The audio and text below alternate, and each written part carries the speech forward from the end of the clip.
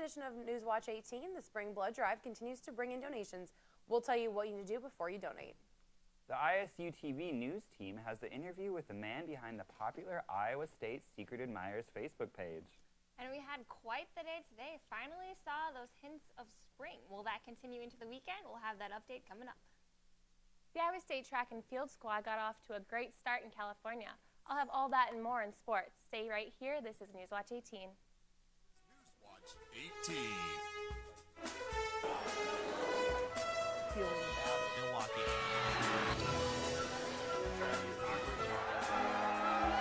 Newswatch 18 starts now.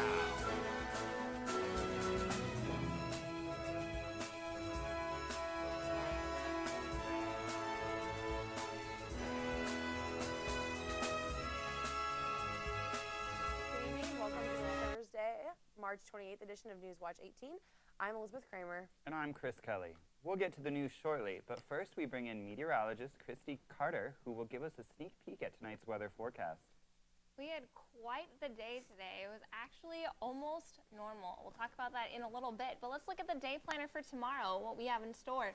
So we have 32 tomorrow morning as you're heading to class, but look at this. By 4 p.m. tomorrow, 54 degrees. Finally going to see that hint of spring. It's going to be quite an enjoyable afternoon, but it may not last into the weekend. We'll have that update coming up. Thanks, Kristy. Students still have one more day to give a donation that will potentially save up to 3 lives. That anyone can do. It's not a financial burden. It's nothing, that you can't. You can regenerate it. It's not like you're losing anything, but you're saving lives.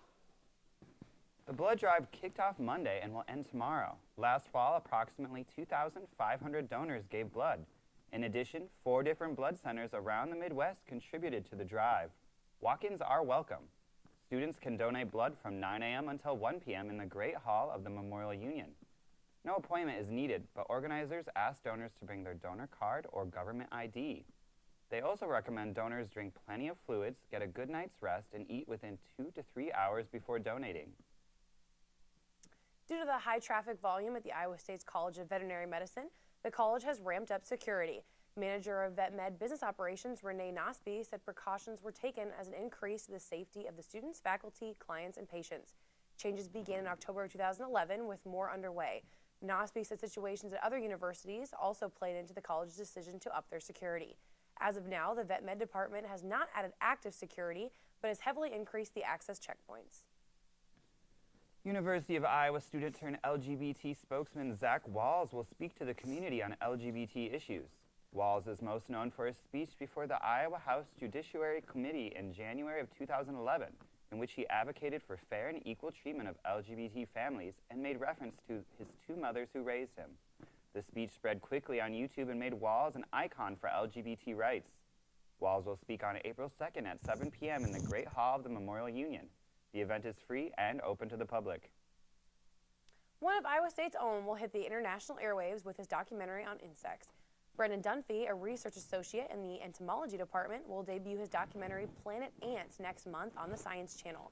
As a host and narrator, the documentary follows a group of scientists as they transplant a colony of leafcutter ants from Trinidad to the Glasgow Science Centre in Scotland and to be monitored and studied. You may also recognize Dunphy from our Iowa State Choose Your Adventure advertisements, as well as his work with the Iowa filmmakers. Planet Ant will debut on April 28th at 9 p.m. on the Science Channel. One of the most famous American plays will come to Fisher Theater this weekend. ISU Theater will present its production of the famous Tennessee Williams play, A Streetcar Named Desire. The play follows an unstable woman as she visits her sister and brother-in-law in New Orleans. Students can catch the production on Friday and Saturday at 7:30 p.m. and one Sunday showing at 2. Tickets for the show are $8 for students, $16 for adults, and $14 for senior citizens. And now we're joined with Dani at the desk. Dani, with all the excitement and heartbreak that we experienced this winter with wrestling and basketball, what do we have looking forward for the spring? Well, our women's softball team is heading down to Waco to play a few games against the Bears this weekend, so I'll tell you all about that and more after this break. You're watching Newswatch 18. Welcome back to Newswatch 18. I'm Dani Rondeau. We begin tonight's Cyclone Sports Update with some news out of Minnesota. KSTP in Minneapolis is reporting that the University of Minnesota has approached Iowa State's men's basketball coach Fred Hoiberg about the school's vacant head coaching spot. Neither Hoiberg nor Iowa State Athletic Director Jamie Pollard have commented on the situation, and it is unclear whether Hoiberg is considering the offer. Hoiberg is 62-39 overall in the 3 seasons at ISU and has led the team to the 3rd round of the NCAA tournament each of the past 2 seasons. The Ames native does have ties to the Minneapolis area. Hoiberg played his final 2 seasons in the NBA with the Minnesota Timberwolves and was vacant with vice president of basketball operations for the club before accepting the Cyclone head coaching spot. The University of Minnesota fired head coach Tubby Smith on Monday shortly after the team was eliminated in the 3rd round of the NCAA tournament by Florida. The ISU TV sports team will keep you updated as the story develops. The Cyclone track and field team got out of the gates quickly in day 1 of the Cal Maltese. Cyclone Jordan Andreessen started with an early lead in the heptathlon and ended the day in 1st place. Her current ranking is due in part to a 1st place finish in the high jump. On the men's side of the competition, Ethan Wilkins ended the day currently ranked in 3rd and took 1st in the 100-meter dash. The women will finish the heptathlon today starting with the long jump, and the men will begin with the 110-meter hurdles. The Iowa State women's softball team is hunting for a victory against the 16th-ranked Baylor Bears this weekend. The Cyclones are traveling to Waco for a 3-game series to kick off Big 12 play. State has not won in Waco since 2008, but this year could change that. The Cyclones are putting up record-setting numbers in numerous statistical categories. Tori Toscano has 10 homers and is 4 home runs away from a season record. Toscano and Erica Miller are sporting a 31 and 32 RBI, which is cruising in on the top 10 list. The Clones and Bears will play a doubleheader on Friday, with the game slated to start at 2 and 4 p.m. The Iowa State women's volleyball game begins its spring schedule tonight against Creighton at Haplin High School. The Twister sisters have seen a lot of change over the off-season. Last year's team, who reached the Sweet 16, said goodbye to 4 seniors. But they are 2 key players that are expected to play important roles in the Cyclones' off-season success. Senior Kristen Hahn and Tanisha Matlock. Hahn received the Libero of the Year award in both the 2011 and 2012 season. Matlock recorded 234 kills last season while hitting a .314 clip. The Chicago Bulls doused the Miami Heat's 27-game winning streak last night with a victory of 101-97. The Heat saw no 4th quarter rally or game-saving shot and certainly no NBA record. Miami's streak ended last night as Chicago fought its way to their 3rd win in a row. LeBron James attempted yet another comeback in the final minutes of the game, but could never get his team the lead.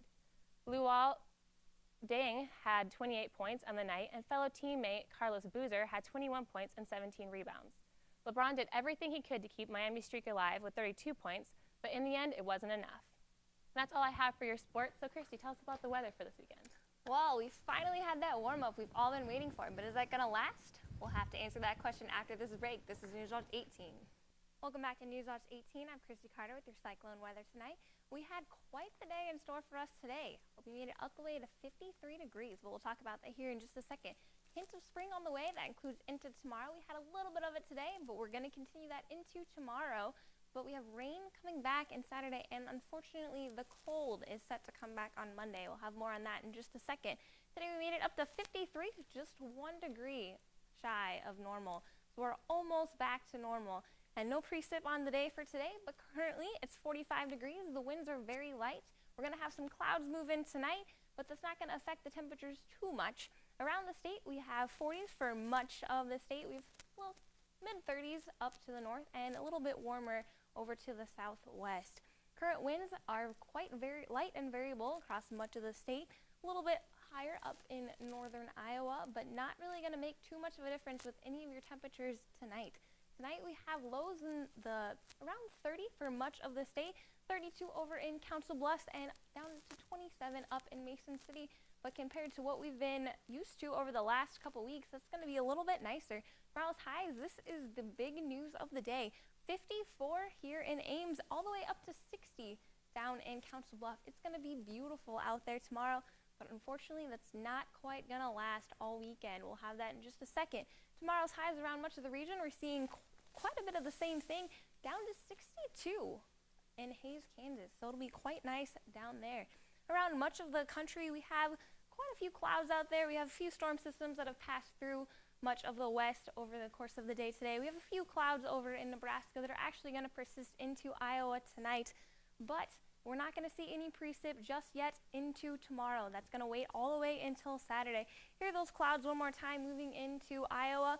We have a stationary front over just past Nebraska that's going to bring some clouds in overnight tonight, but they're going to start to clear up as tomorrow goes on. And finally, as we get into Saturday, we're going to start to see that rain. It's just going to push in. And actually here in Ames itself, we're probably not going to see too much precipitation, but definitely to the north and southwest of us, we're going to see quite a bit of rain as it looks like right now. How much rain exactly are we talking about here? Well, we have about maybe 3/10 of an inch in Ames and all the way up to almost an inch down in southwest Iowa. Tonight, 30 degrees, clouds are increasing, and into tomorrow, 54. That hint of spring comes back, and let's take a look at that 7-day forecast. 54 on Saturday, down to 50 on Sunday. Maybe might see a snow flurry or two Sunday night, and the cold comes back into Monday. Iowa State bacon lovers have something to look forward to next fall. The ISU Bacon Fest was approved by the College of Agriculture Student Council earlier this semester. College of Agriculture and Life Sciences Student Council President Jake Swanson came up with the idea for Iowa State's own Bacon Fest after seeing the success of similar events across the nation. Swanson says he was already keen on seeing a lot of support from the college and even has heard of potential sponsors for the event. Bacon Fest will be held on Central Campus and will likely follow the layout of Des Moines' Blue Ribbon Bacon Festival. Swanson hopes to get local vendors at the event to provide samples and give Iowa State all the bacon it can handle. And that does it for us of the news portion of tonight's show. But before we leave you tonight, the ISU TV news team brings you their exclusive interview with the creator of the Iowa State Secret Admirers Facebook page, as well as student reaction to the enormously popular page. But before we give you that great package, be sure to tune in Tuesday night at 8 for more Cyclone news, weather, and sports. Have a great weekend, Ames. I think Monday night when I went to sleep, it was around 1 in the morning. It had 550 likes. The next day when I went to sleep, it had 5.1 thousand. So it kind of blew up on Tuesday. Embarrassingly, I guess I'm following it. It takes a lot of space in the news feed, but it's kind of fun to read about now, people. I was telling people that it's kind of like getting candy that I couldn't touch, but then it might be poisonous because it could be one of my friends. I'm like, I don't know if I want it. I think it's kind of fun to see what friends post or what actual secret admirers post. It's pretty interesting, it's funny, it's addicting. I think it's nice. It's mostly almost all complimentary. Still wondering what all these people are talking about? Recently, one ISU student's Facebook page went viral, and ISU TV sat down with the man behind the new campus sensation. I made it to give the opportunity to people that didn't necessarily have the courage in person to say something to somebody that that they're interested in, or they just want to give a compliment to somebody. Give them the opportunity to give that compliment to them anonymously. With over 8,000 likes, Cahoon has quite a lot of secret admiration to post. It's hard to think one student has that much time.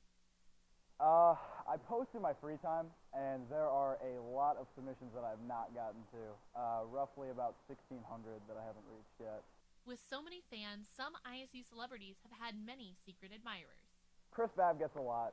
There's a lot of people who have gotten multiple submissions about them. Yesterday, when I was walking across campus to my classes, that was pretty much the only thing that people would talk about. I was surprised how many people had seen it. They would come up to me and say, Spencer, I see you're pretty popular on Secret Admirers. Many students think of the page as a tool to spread joy across campus. Others are skeptical. At least to me, it seemed like there was a lot of potential for people to be hurt by it, and I really hope that that doesn't happen. Nicole is not the only one. Other students across campus have also expressed negative views about the page and its potential for harm. It's just that the first and last name being used, someone could find you and then you could get a stalker. I know some of our friends have done fake ones about other friends. It could turn into people making, playing a prank on their friends or something. Some people think it's creepy, some people think it's cute, but it really has kind of brought everybody together to talk about it, so I think that's cool. To prevent people from getting hurt, Cahoon manages to moderate the Facebook page, separating the good from the bad. I make sure everything's appropriate. There's nothing, like inappropriate or, overly sexual. Although the posts are anonymous, students who have been admired encourage their crushes and all who have posted to find the courage to express themselves in person. If it's real, go up and talk to the person in class, sit by them, say hi. I'd always like to meet another girl, so I don't have a problem doing that, so say hi to me at least. I'm flattered by it, and I'm sure everybody out there would be happy to hear that, so, go for it. I'm sure everybody's heard that before, but don't be afraid. I think the main thing that I would like people to get out of it is to just give a compliment to somebody that, they know, or somebody that they're like friends of friends with or something like that. Just give a compliment to somebody, makes their day better, definitely. Reporting for ISU TV, I'm Alyssa Weiss.